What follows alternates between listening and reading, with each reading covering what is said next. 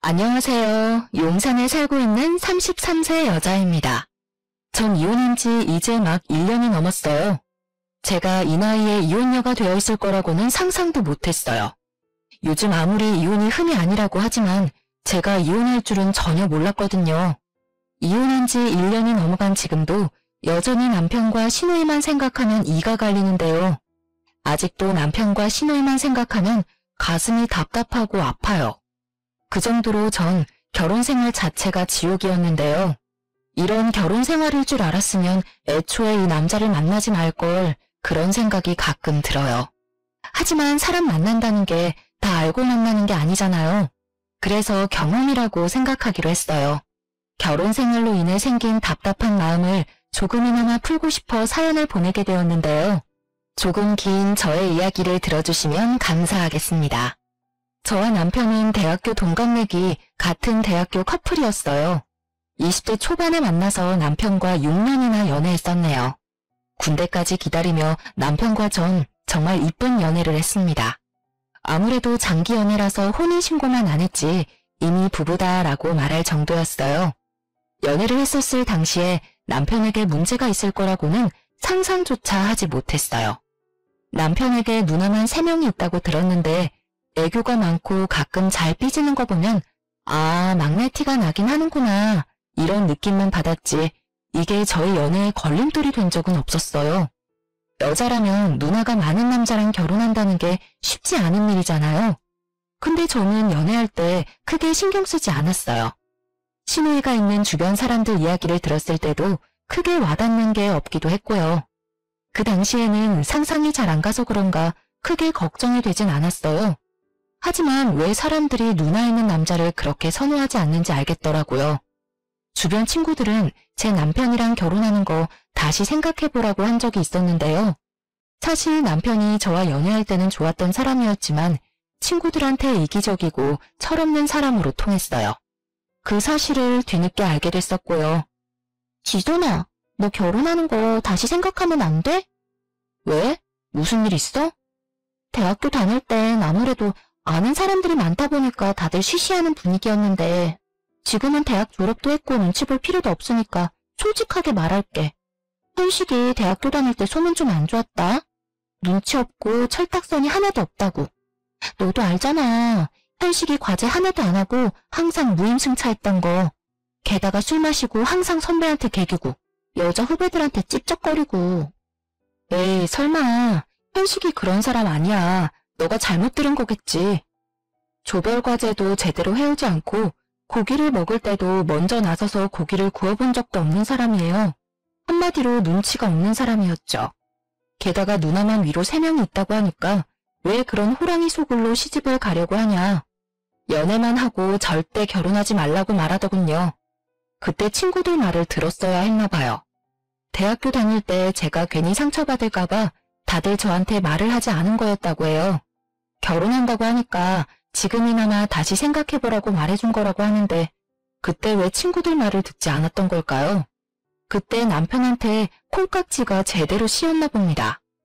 콩깍지가 제대로 씌었기도 했지만 사실 연애할 때 남편은 저에게 나쁘게 한 게 없기 때문에 친구들 말만 믿고 6년 연애를 그만할 순 없었어요. 그리고 누나가 많은 가정 환경도 다복하고 화목한 집안이겠다며 긍정적인 생각을 가졌어요. 연애 기간이 길었지만 가족을 마주한 적도 없었으니 남편 한 명만 보고 결혼을 결심한 거였죠. 그런데 예상치 못한 곳에서 문제가 터졌습니다. 동거를 단 일주일도 하지 않고 결혼식을 올린 게 문제였죠. 다들 여자가 시집도 가기 전 동거부터 한다면 쌍수를 들고 반대하잖아요. 전 이번 계기로 무조건 동거는 필수 과정이라고 느꼈습니다. 솔직히 결혼은 평생 한 사람과 같이 사는 거잖아요. 붙어있는 시간이 그만큼 길어지는데 생활 습관 같은 걸 꼭 확인하는 게 맞다고 생각했네요. 네, 저는 그걸 못해서 뼈저리게 후회했습니다. 남편의 생활 습관 자체가 저와 너무 맞지 않아서 스트레스를 많이 받았어요. 세상에 이렇게 무능한 남자가 다 있을까 싶을 정도로 남편 존재 자체가 미워졌었는데요. 여보, 이거 설거지 해놓으라고 몇 번을 말해. 내가 잠깐 마트 다녀온 사이에 분명 설거지 좀 하라고 했지. 그리고 이거 밥그릇에 물 안 담궈 놓으면 밥알 굳어서 안 씻긴다니까? 제발 밥 먹었으면 물 좀 부어놓으라고. 아, 똑같은 말을 몇 번째 말하는지도 모르겠다. 설거지하고 싶은 사람이 해야지. 나 지금 게임 한 판만 하고 할게. 조금만 기다려봐. 이렇게 싱크대에 음식물 오래 두면 벌레 꼬여서 더 힘들어져. 지금 게임이 급한 게 아니야. 소파리 꼬이고 모기 생기고 난리 부르스 되기 전에 빨리 설거지해. 남편은 본인이 해야 할 기본적인 집안일조차 하지 않아요. 본인이 먹은 과자 봉지나 그릇 등등 본인이 치우는 법이 없어요. 탁자에 먹은 껍질을 그대로 올려놓더라고요. 한두 번은 치워줬습니다. 세 번째부터 부글부글 끓더라고요. 마치 저에게 치우라는 듯이 올려놓는 꼴이란 저지르는 사람 따로 있고 치우는 사람 따로 있다는 말이 맞습니다. 옆에 분리수거 봉지가 있는데도 분리수거? 그런 거 안 합니다.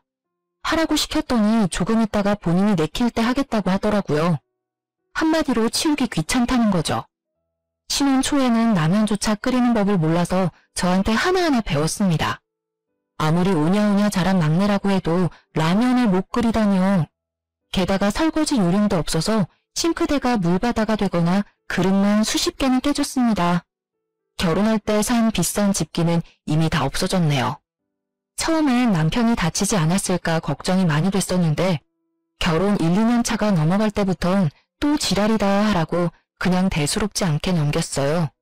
그런 남편을 볼 때마다 답답함을 느꼈던 저는 남편에게 설거지를 시키는 것보단 내가 하는 게 낫겠다 싶어서 결국 모든 설거지는 제가 하게 됐습니다. 생각해보면 남편이 설거지를 하지 않기 위한 계획이었나 싶더라고요. 설거지 말고도 화장실 문제로 자주 싸우기도 했었는데요. 소변을 볼 때 남편의 소변이 사방팔방으로 다 튀다 보니 다음에 쓰는 제가 정말 불편하고 찝찝하더라고요. 내가 분명 말했지. 오줌 쌀 때마다 제발 이리저리 튀기지 말라고. 오줌이 튀면 닦기라도 하던가.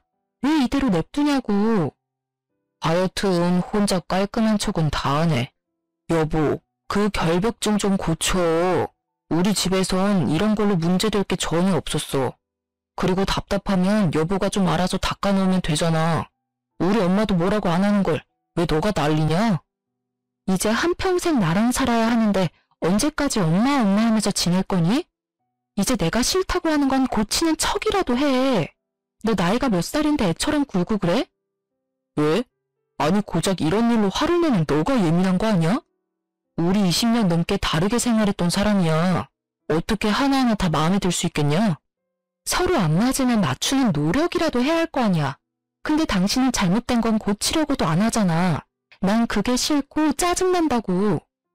남편이랑 생활 습관 자체가 180도 달랐어요. 아무리 게으른 사람이라고 해도 그렇지 남편의 행동은 전부 무개념 그 자체였답니다. 내가 싫다고 하면 고치려고 하는 척이라도 해야 하는데 고칠 생각 전혀 없다며 대놓고 말하는 태도가 정말 어이없더라고요. 연애할 땐 정말 이런 사람인 줄은 전혀 몰랐어요. 연애할 당시 1박 2일 정도로 여행 몇 번 같이 간 적이 있는데 그때마다 부지런히 움직이던 사람이었기에 이렇게 게으른 사람일 거라는 전혀 생각 못했어요. 연애할 때와 결혼할 때 너무 다른 사람이라서 같은 사람이 맞나 싶더라니까요. 저희 친정 부모님 앞에서는 세상 부지런한 사람인 척 연기를 너무 잘해서 아무리 친정 부모님한테 하소연을 해도 믿어주질 않더라고요. 여우 중에서도 완전 상여우가 저희 남편이에요. 남편이 이렇게 게으르고 무개념이 된 이유는 다 누님들 때문이었는데요. 특히 남편과 2살 차이가 나는 막내 누님 때문이 커요. 시부모님을 보면 세상 멋지고 냉철하신 분들이세요. 자식이라고 해서 무조건 오냐오냐 하는 법이 없으시고 맞으면 맞다, 아니면 아니다라고 단호하게 말씀하시는 분들이세요. 그래서 남편은 시부모님 앞에서 항상 아무 말 못하고 기가 죽을 정도인데요.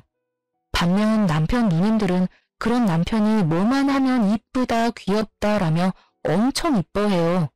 남편은 누님들 앞에서는 기가 엄청 사는 편일 정도였어요. 누가 보면 누님들이 남편을 낳은 건가 싶더라니까요.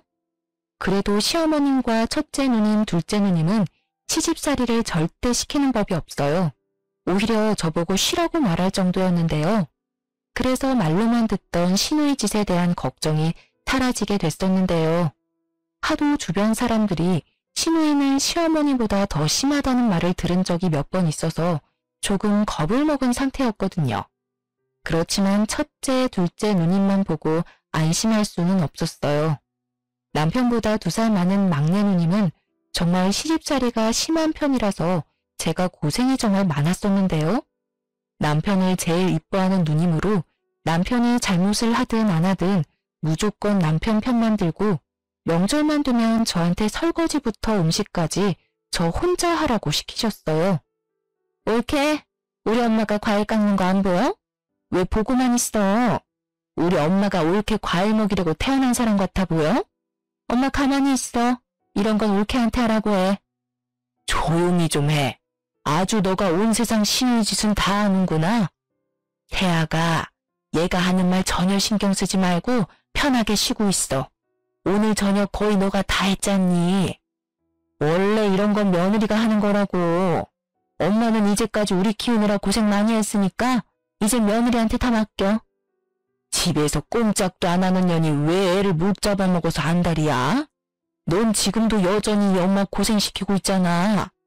내 며느리는 알아서 잘 해주고 있단다. 너 여기서 한마디만 더 하면 이 집에서 나가.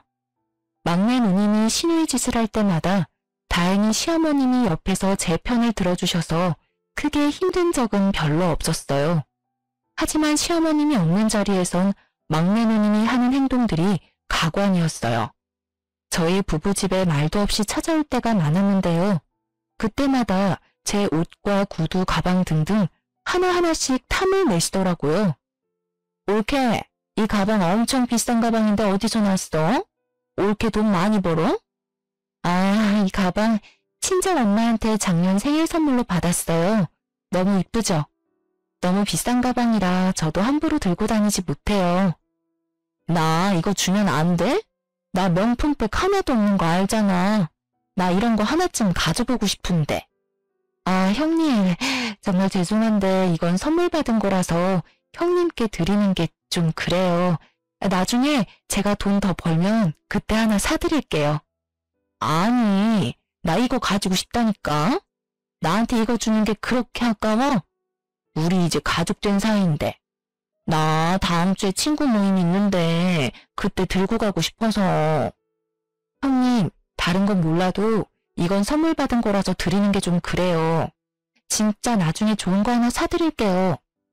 친정엄마에게 400만 원짜리 명품 가방을 선물 받은 적이 있어요. 평소에 명품 가방에 관심이 크게 없는 편인데 친정엄마께서 나중에 살다 보면 비싼 가방 하나쯤 들고 갈 일이 있을 거라며 생일 선물로 사주셨어요. 근데 그걸 탐내고 가져가려고 하시더라고요. 끝까지 안 된다고 거절하니 거의 한 달 동안 삐져서 저랑 말도 안 섞더라고요. 시어머님이 뒤늦게 그런 일이 있었다는 걸 알게 되셨고 그때 막내 누님은 엄청 혼이 났다고 들었습니다. 막내 누님은 그때 시어머님의 등살에 못 이겨 마지못해 사과를 하시더라고요. 더 가관이던 일 한 가지가 있는데요. 막내 누님 남자친구와 관련이 있는 일이었어요. 누님은 그 당시 10살 연하 남자친구가 있었어요. 30살이 넘은 형님께서 20대 초반 남자친구를 만나고 있으니 엄청 놀랐는지 가족에게 철저히 비밀로 남자친구를 만났는데 우연히 길에서 마주치는 바람에 남자친구가 있다는 걸 모든 가족들이 알게 됐어요. 막내 누님이 이렇게 철저히 남자친구를 숨기려고 했던 이유는 백수이기 때문이었어요.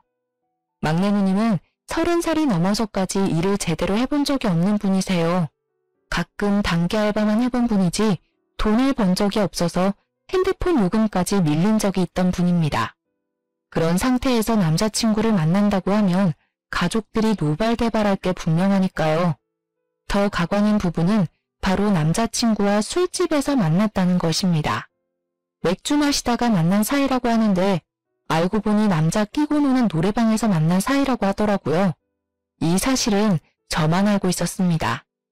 그런 막내 누님은 남자친구에게 간이고 쓸개고 다 줄 것처럼 행동하고 있어요.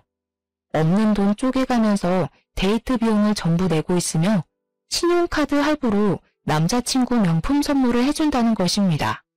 신용카드 한도 초과로 결국 신용불량자가 될 뻔했는데요. 형님, 제발 그 남자친구랑 헤어지세요. 이러다가 정말 큰일이라도 날 것 같다고요. 왜? 내 남자친구가 얼마나 좋은 사람인데 내가 그런 남자친구를 언제 만날 수 있겠어? 그리고 옳게, 너가 뭘 안다고 내 남자친구에 대해서 그렇게 말을 해? 내 남자친구 제대로 본 적이나 있어? 옳게가 뭘 안다고 헤어지라고 말해? 앞으로 이런 일로 나한테 뭐라고 하면 옳게 가만히 안 둬. 형님, 이번 달 카드값도 400만 원이나 나오셨다면서. 일도 안 하시는 분이 그걸 어떻게 감당하려고. 너 내 통지서 몰래 훔쳐봤니? 너가 뭔데 훔쳐봐? 옳게가 대신 내줄 거 아니면 제발 신경이나 꺼. 한 달에 카드값만 3,400만 원은 기본으로 나왔습니다. 신용카드 돌려막기로 지내다가 뒤늦게 알게 된 시부모님께서 해결해 주셨어요. 덕분에 신용불량자까지 되진 않았어요. 이런 일이 있었는데도 정신 차리지 못한 막내 누님은 여전히 남자친구한테 온갖 정성을 다하고 있는데요. 말이 통하지 않는 막내 누님을 모른 척하고 조용히 지내고 있었어요. 그때 친정엄마가 곧 칠순이었기에 6개월 전부터 친정 부모님 모시고 갈 제주도 여행을 계획하게 됐어요.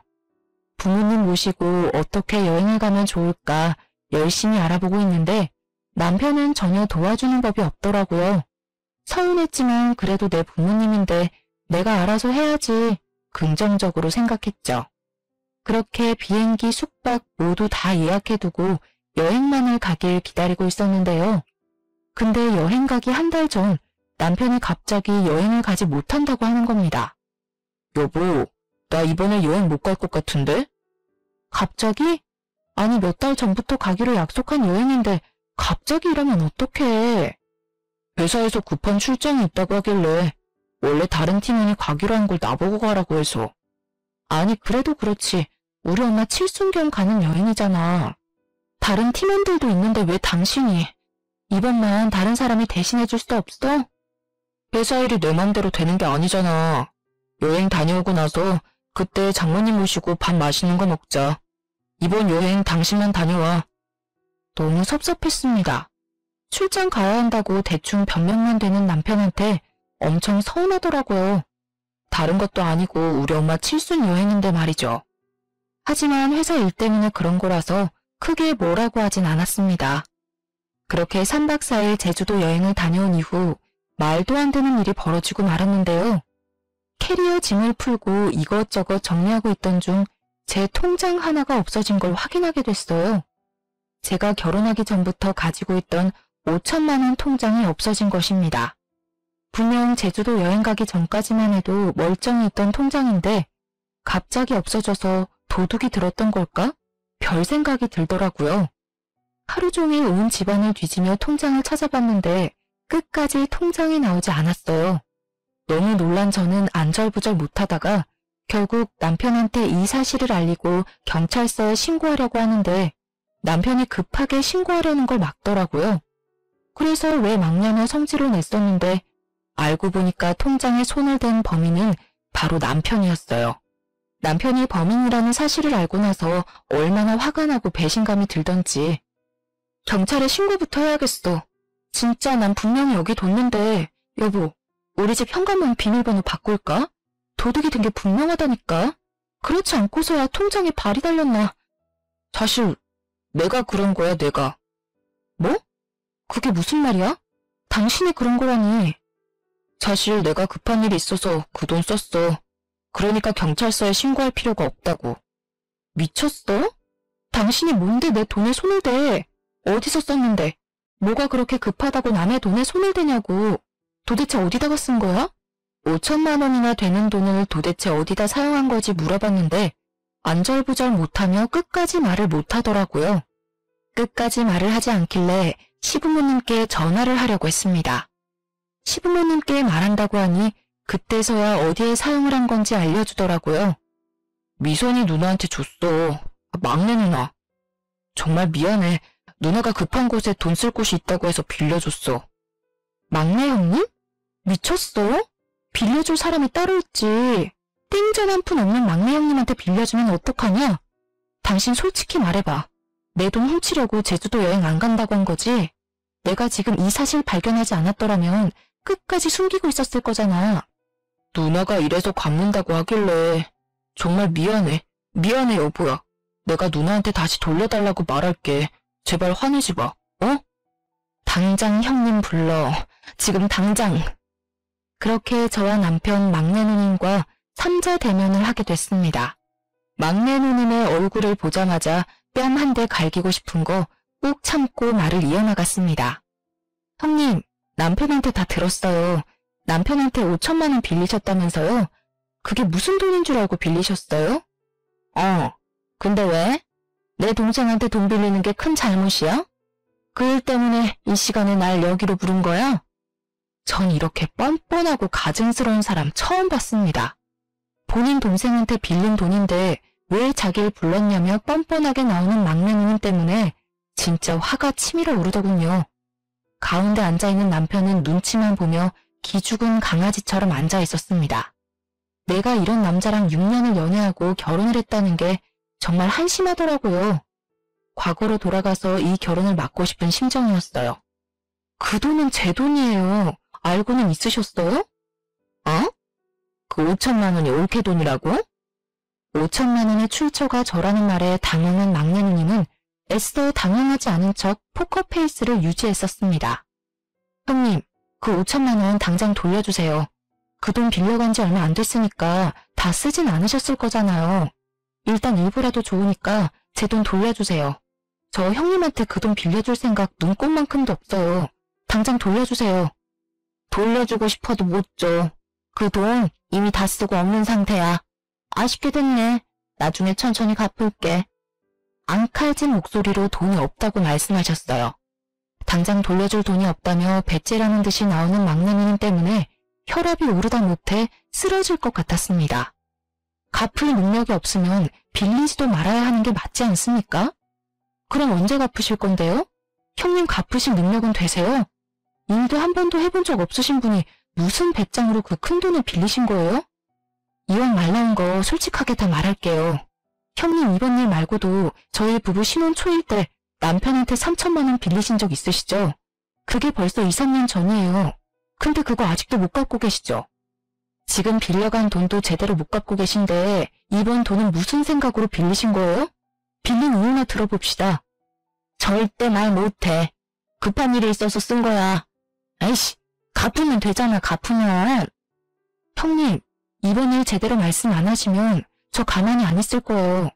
지난번에 카드값 때문에 시어머님, 시아버님한테 된통 혼나셨죠? 이번 일까지 아시게 되면 형님 큰일 나요. 그러니까 제가 이거 다 시부모님께 말씀드리기 전에 저한테 솔직하게 말하세요.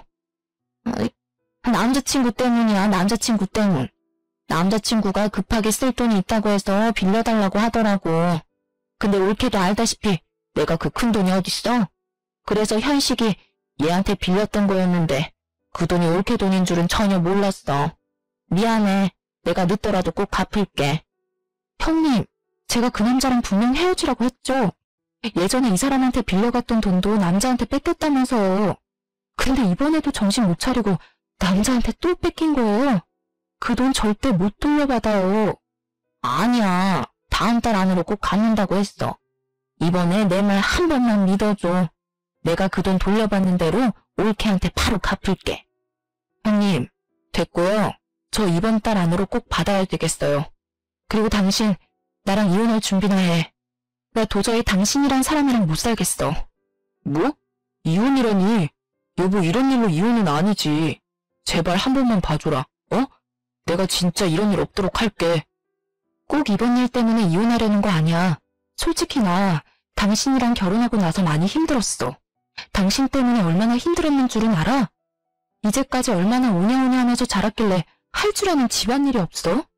내가 당신 신부도 아니고 내가 모든 일 도맡아서 하고 게다가 당신이 나한테 했던 행동, 태도, 말투 정말 미치도록 열받았어. 그래도 당신 사랑하니까 이제까지 사귄 정이 있으니까 고쳐지겠지 수없이 생각하면서 참아왔어. 근데 이건 참는다고 해서 다 해결될 일은 아니라고 생각해. 우리 여기서 이혼하는 게 맞아. 전 남편에게 이혼을 통보한 후 간단히 짐을 싸고 한동안 친정집에 가 있었습니다. 도저히 남편 얼굴 보고 살기 싫더라고요. 이 순간 남편과 지낸다면 화병이 생겨 죽을 것 같더라고요. 친정집에 있는 동안 생각 정리를 하려고 했습니다. 과연 이 결혼 생활을 유지하는 게 맞는지요? 보름 정도 친정집에 있으면서 남편에게 온 전화 모두 받지 않았었습니다. 남편이 친정집까지 찾아왔었는데 친정엄마가 그런 남편을 잘 달래며 돌려보내기도 했어요. 그렇게 혼자 밤낮 가릴 거 없이 고민하고 또 고민하고 있었는데 시어머님께 전화 한 통이 왔었습니다. 만나서 얘기하자면서요. 그렇게 주말에 시댁에 찾아갔었습니다. 시댁에 시부모님은 물론이고 누님 세 분 전부 다 있더군요. 그 사이에 있던 남편은 정말 눈물 콧물 다 흘리며 있더라고요. 저를 보자마자 남편이 다가와 대성통곡을 하더군요. 저도 처음 보는 남편의 모습에 당황해버렸어요. 남편은 저랑 정말 이혼이라도 할까봐 너무 무서웠다며 잠을 제대로 자지 못했다고 하더라고요. 그런 저를 보자마자 눈물부터 흘리더군요. 세아가 애들한테 어느 정도는 들었다. 이혼이라니 절대 이혼 못한다. 도대체 어떤 일이었길래 이혼까지 한다는 소리가 나와. 얼만큼 들으신 거예요, 어머님? 전부 다 들으신 거 맞으세요? 현식이가 너 돈에 손을 댔다는 정도만 들었다. 도대체 무슨 일이길래 그러니? 어머님, 이왕 이렇게 된 거 제가 직접 말씀드릴게요.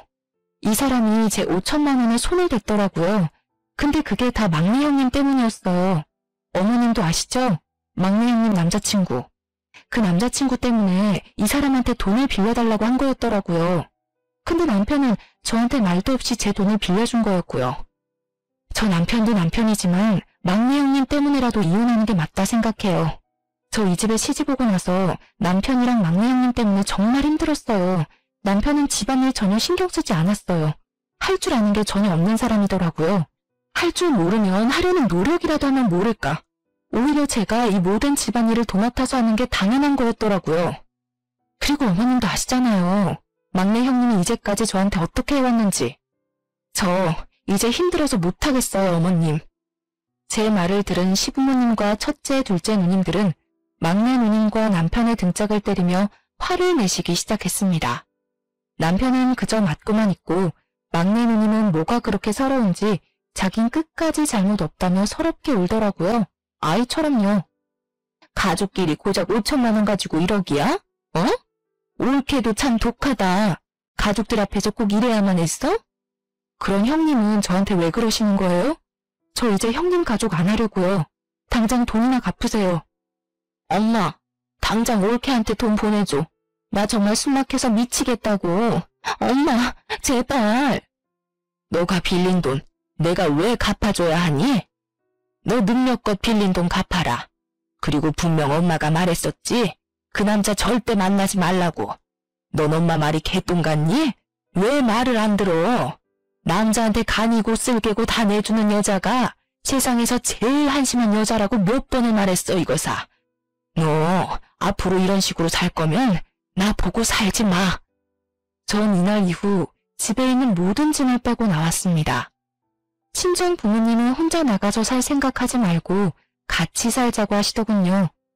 남편과 살던 집은 전세였었는데 다음 세입자를 구한 뒤 돌려받은 전세비는 제가 그대로 갚기로 했습니다. 그 전세값은 저희 친정 부모님이 빌려주신 돈이었기 때문에 제가 갚는 게 맞았습니다. 그리고 남편과 이혼을 준비하고 있는 과정에서 시어머님을 마지막으로 보게 됐어요. 시어머님이 절 마지막으로 꼭 보고 싶다고 하셔서 따로 만나게 됐었는데요. 대아가, 우리가 이렇게 된 게 참 마음이 아프다. 너가 현식이랑 갈라서기 전에 마지막으로 너 얼굴 보고 싶었어. 어머님, 저도 마음이 좋지 않네요. 어머님은 제가 보는 앞에서 6천만 원이란 큰 돈을 계좌이체 해주셨어요. 놀란 저는 돈을 거절하려고 했는데요. 하지만 어머님은 이 돈 꼭 받았으면 한다고 하셨어요. 이 돈 꼭 받아줘. 시엄마로서 마지막으로 해주고 싶어서 그래. 너가 우리한테 시집 왔을 때부터 얼마나 고생이 많았어.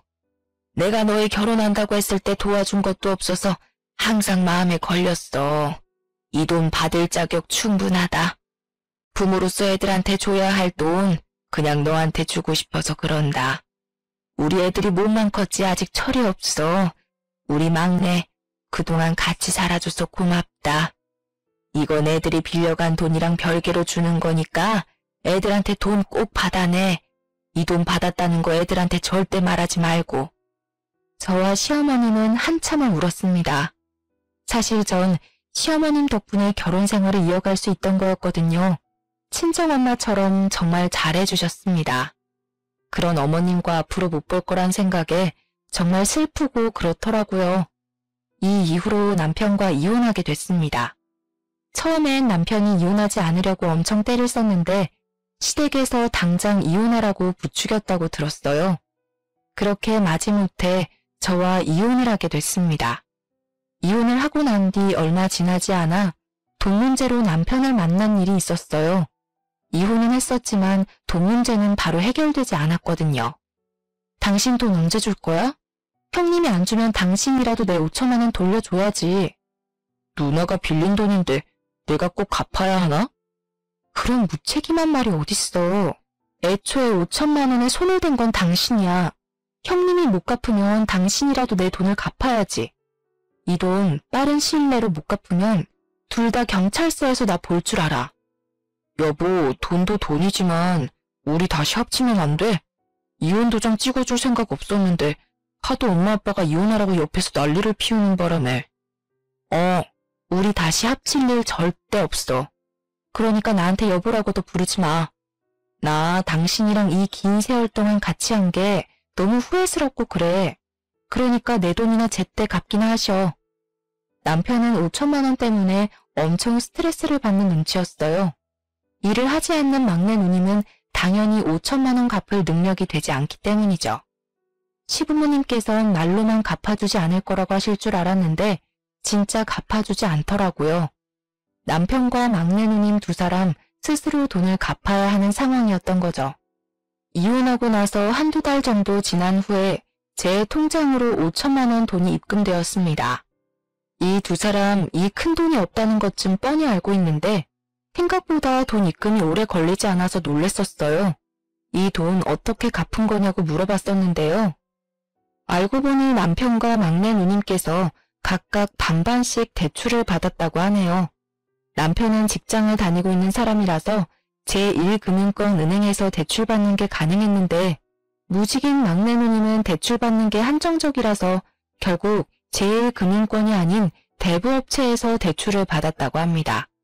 대부업체는 다른 대출에 비해 금리가 높은 편이잖아요. 매달 원금과 이자를 갚는 게 너무 힘들었는지 울고 불고 난리가 아니라고 합니다. 언제 한 번은 도저히 못 참겠었는지 저한테 술 먹고 울면서 전화하더라고요. 올케, 나 올케 때문에 망했어. 한 달에 대출금이 왜 이렇게 많이 나가는 거야? 나 이거 갚을 능력도 안 되는데 올케 때문에 무리해서 대출까지 받았다고. 올케, 제발 사람 하나 살린다고 생각하고 나 좀 도와줘. 응? 형님, 이 새벽에 이게 무슨 추태예요. 대출금 갚는 게 힘든 건 형님 사정이죠. 제가 왜 형님 사정을 봐줘야 하는 거예요? 전 그이랑 결혼 생활 자체가 정말 힘들고 지옥이었어요. 이 모든 일은 형님이 만든 거니까 감당하세요. 그리고 술 마셨으면 집에 곱게 들어가세요. 남자친구한테도 차이고 올케한테도 지금 차이고 미치겠다 정말. 술 먹고 새벽에 전화해서 쓸데없는 꼬장을 부리더라고요. 형님 술주정으로 알게 된 사실이었는데 형님 남자친구한테 뻥 차였다고 합니다. 대출금 갚는 것도 힘든데 그 사이에 남자친구한테까지 차여버려 더 힘들게 됐다고 하네요. 그래서 저한테 새벽에 술 먹고 전화했다고 합니다. 형님은 지금 그 남자한테 5천만 원은 물론이고 그 남자한테 명품 선물을 몇 번 더 하는 바람에 카드 할부값만 몇백만 원이라고 합니다. 시부모님이 갚아준 게 엊그제 같은데 그 사이에 결국 빚을 더 만들게 된 거였어요. 그래서 카드 할부값부터 형님이 개인적으로 쓴 카드값까지 모두 갚으려고 하니까 버거운 게 당연하죠. 게다가 남자에게 준 현금이나 선물들은 모두 돌려받지 못했다고 하니 후회가 물밀듯 밀려오겠죠. 현재 막내 누님은 주 야간 공장에서 일을 하고 계신다고 합니다. 회사 경력이 전혀 없고 게다가 대학교까지 나오지 않은 분이라서 마땅한 회사에 취직하지 못한다고 들었어요. 그래서 아웃소싱을 통해서 급하게 취업을 했다고 합니다. 한 번도 일을 해본 적이 없으니 회사에서 많이 혼나는 모양이더라고요. 게다가 몇 번 사고를 친 적이 있어서 회사에서 크게 손해볼 뻔한 사고도 있었다네요. 이 이야기를 들었는데 얼마나 고소하던지. 남자한테 돈은 다 뺏기고 게다가 밤낮 가리지 않고 고생하고 있다는 사실이 정말 시원했습니다. 막내 누님한테 전화가 온 뒤로 남편에게도 몇 번 전화가 온 적이 있었는데요. 남편이 회사에서 징계를 먹었기 때문이었어요. 남편이 울면서 전화를 하길래 무슨 일인가 했는데 회사에 안 좋은 소문이 났다고 하더라고요. 남편이 얘기하는 걸 들어보니 저와 이혼하고 난 뒤 회사에 새로운 여자 신입사원이 입사했다고 합니다. 남편은 새로 입사한 신입사원한테 사수로서 잘해주려고 했던 것뿐인데 신입사원은 그걸 찝쩍거렸다고 생각했다고 하네요. 게다가 신입사원이 넘어지려고 해서 잡아준 것뿐인데 그걸 성추행을 했다고 생각해서 신고했다고 하더라고요. 그 일로 회사에 징계를 먹어 잘릴 것 같다고 했어요. 여보, 나 진짜 미칠 것 같아. 추행이 말이 돼? 당신도 알잖아. 그런 사람 아니라는 거. 근데 어쩌라고. 그걸 왜 나한테 말하는 이유가 뭐야? 답답해서 이 답답한 마음을 들어줄 사람이 필요했어. 당신밖에 생각나지 않길래. 요즘 세상이 어떤 세상인데 그런 짓을 해? 칠칠 맞다 칠칠 맞아. 정말 안 한 거 맞아? 막상 신고당하니까 무서워서 했으면서 안 한 척하는 건 아니고? 당신까지 왜 그래? 나 정말 못 믿는 거야? 당신이 했든 안 했든 나한텐 전혀 상관없는 일이니까 이딴 일로 전화하는 일 없었으면 좋겠다. 잠깐. 당신 이런 내가 불쌍하지도 않아? 나 정말 결백해. 회사에 그런 일 절대 할 사람 아니야. 나 요즘 당신이랑 이혼한 거 엄청 후회해. 여전히 나랑 다시 합칠 생각 없는 거야? 이런 일이 있는 와중에도 나한테 재결합하자는 소리가 나오니? 나 당신이랑 다시 합칠 생각 죽어도 없어. 이제 당신 전화 받아줄 일 절대 없을 거야. 그러니까 앞으로 전화할 생각하지 마. 문득 그 생각이 들더라고요. 결혼 전 친구가 남편에 대해 얘기해 준 거요. 술만 마시면 여자 후배들한테 찝쩍거렸다고 하는데 그게 정말 사실이었다는 걸 이번 일로 알게 됐네요. 대학교 다닐 때 있던 버릇이 지금까지도 이어질 줄은 몰랐네요. 남편은 이 사건 이후로 지방에 있는 회사 작은 계열사로 발령받았다고 합니다. 게다가 감봉 처분까지 받았다고 하는데요. 신입사원 한 명 잘못 건드렸다가 크게 혼쭐 난 셈이죠. 더 웃겼던 건 남편과 막내 누님 모두 시부모님 유산을 못 받는다고 합니다. 시아버님은 땅이 몇 개 있으신 걸로 알고 있어요. 나름 땅 부자로 소문난 분이신데 원래 남편한테 50% 정도 물려주시고 남은 50%를 누님 세 분께 물려주신다고 했어요. 근데 남편과 막내 누님이 이번에 제대로 사고를 친 바람에 시아버님께서 그런 두 사람에게 제대로 실망하고 정이 뚝 떨어졌다고 합니다. 유산을 물려주지 않겠다고 선언하셨다고 해요. 남편과 막내 누님은 이런 일로 유산까지 못 주겠다는 게 말이 되는 거냐면서 엄청 화를 냈다고 합니다. 첫째, 둘째 누님들만 좋은 일이 된 거죠. 특히 돈 욕심이 많기로 알려진 막내 누님께서 크게 대들었던 모양이더라고요. 유산 문제 때문에 속상한 나머지 기절까지 한번 한 적이 있다고 들었네요. 아무리 자식이 사고를 치고 다닌다고 해도 부모는 자식을 버리지 못한다고 하잖아요. 우리 시부모님은 다른 부모와는 달랐습니다. 막내 누님은 시부모님 댁에서 쫓겨났다고 합니다.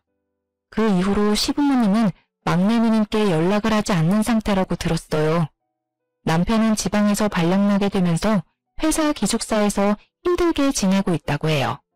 두 사람이 아무리 힘들고 죽겠다 말해도 시부모님께서 절대 지원을 해주고 있지 않는다고 해요. 게다가 막내 누님께서도 공장에서 제공해주고 있는 기숙사에서 지내고 있다고 들었고요. 남편과 막내 누님 소식을 듣고 나서 속이 다 시원했습니다. 남편과 저 사이에 아이가 없었던 게 천만 다행이라고 생각했어요. 아이 때문에 이혼하지 못하고 있는 부부가 절반 이상이라고 하는데 그런 저에게 아이가 없다는 게 얼마나 다행인지 몰라요. 이렇게 철없는 남자랑 계속 살고 애까지 낳았으면 얼마나 더 힘들었을지 상상도 하기 싫네요. 친구들도 그러니까 본인 말 좀 듣지 왜 말 안 듣고 결혼했다가 이런 일을 겪냐고 절 엄청 혼냈었습니다. 저 이번 계기로 뼈저리게 후회하고 있어요. 결혼이라는 제도는 사랑 하나만으로 결정해서는 안 되는 거라고 이번에 제대로 알게 됐어요. 전 이혼하고 나서 여전히 친정 부모님과 함께 지내고 있습니다. 사실 이혼하고 친정 부모님 얼굴 보는 게 정말 힘들었지만 친정 부모님께선 그런 시댁이랑 같이 사는 게 더 쪽팔린 거라고 잘했다고 말씀하셨어요. 전 현재 남편과 막내 누님한테 돌려받은 5천만 원과 시어머님께서 주신 6천만 원을 합쳐서 전 작은 동네 카페를 오픈해서 운영 중인데요. 처음엔 이 돈으로 뭐 할까 고민이 많았어요. 그렇게 긴 고민 끝에 카페 창업을 하기로 결심하게 됐는데요. 오래전부터 제 이름으로 된 가게 하나를 운영하고 싶었거든요.